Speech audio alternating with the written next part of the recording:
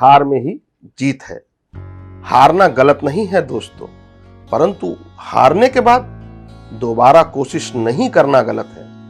अक्सर ऐसा होता है, असफल होने या हारने के बाद अधिकतर लोग हताश हो जाते हैं और दोबारा कोशिश नहीं करते, जबकि ऐसा होना नहीं चाहिए, क्योंकि हार ही आगे एक शानदार जीत का कारण बनती है, जिससे सफलता के मापदंड स्थापित होते हैं। हारने के बाद अधिकतर लोग भाग्य को कोसते हैं। इनमें बड़ी संख्या उन लोगों की है जो छोटी मोटी जीत पर अपनी पीठ ठोकते हैं और हारने का ठीकरा दूसरों पर फोड़ते हैं।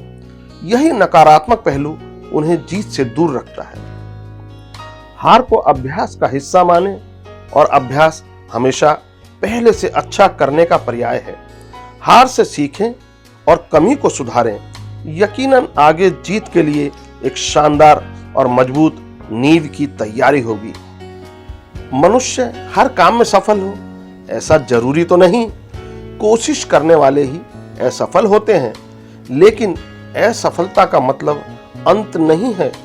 हार के बाद ही जीत का असली मतलब समझ आता है। जिसने हार को करीब से जाना है वही जानता है कि जीत का क्या महत्व है। निरंतर प्रयास करते रहना और असफलता के आगे हार ना मानना, यही आत्मविश्वास की निशानी है।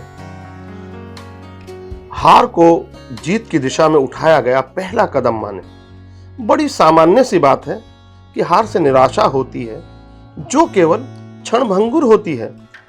यदि आप हार का कारण जानना चाहोगे तो ही आप अपनी कमियों को पहचान पाएंगे और उन्हें सुधार कर दोबारा प्रयास कर पाएंगे। प्रत्येक हार के साथ एक ऐसी शक्ति उत्पन्न होती है जो हमें जीत की ओर अधिक तेजी से ले जाती है। सबसे पहला तथ्य जो बहुत अहम है कि सकारात्मक रहें, जो सबसे जरूरी है। इसलिए हार को एक अवसर की तरह लें और दोगुनी ऊर्जा के साथ फिर से प्रयास शुरू करें। तभी आपको जीवन में जीत के दर्शन होंगे। लहरों से डरोगे तो नैया पार नहीं होगी और कोशिश करोगे तो कभी हार नहीं होगी। सभी के जीवन में ऐसा समय आता है जब सभी चीजें आपके विरोध में हो रही हो और हर तरफ से निराशा मिल रही हो। कारण कुछ भी हो, लेकिन फैसले आपके पक्ष में नहीं होते। देखा जाए तो हार जीत से ज्यादा महत्वपूर्ण होती है।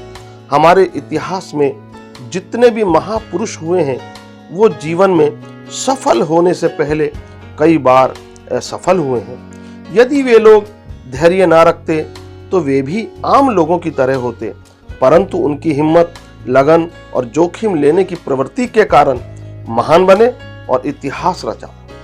ये जरूरी नहीं कि सब कुछ सही हो, लेकिन अगर आप इस वजह से प्रयास करना छोड़ दें तो कभी सफल नहीं हो सकते।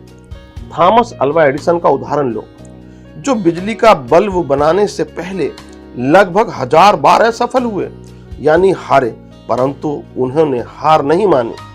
अल्बर्ट आइंस्टाइन, जो कि दिमागी रूप से कमजोर माने जाते थे, लेकिन अपनी जिद और ठान लेने के कारण अपनी थ्योरी और सिद्धांतों के बल पर दुनिया के सबसे बड़े साइंटिस्ट बने।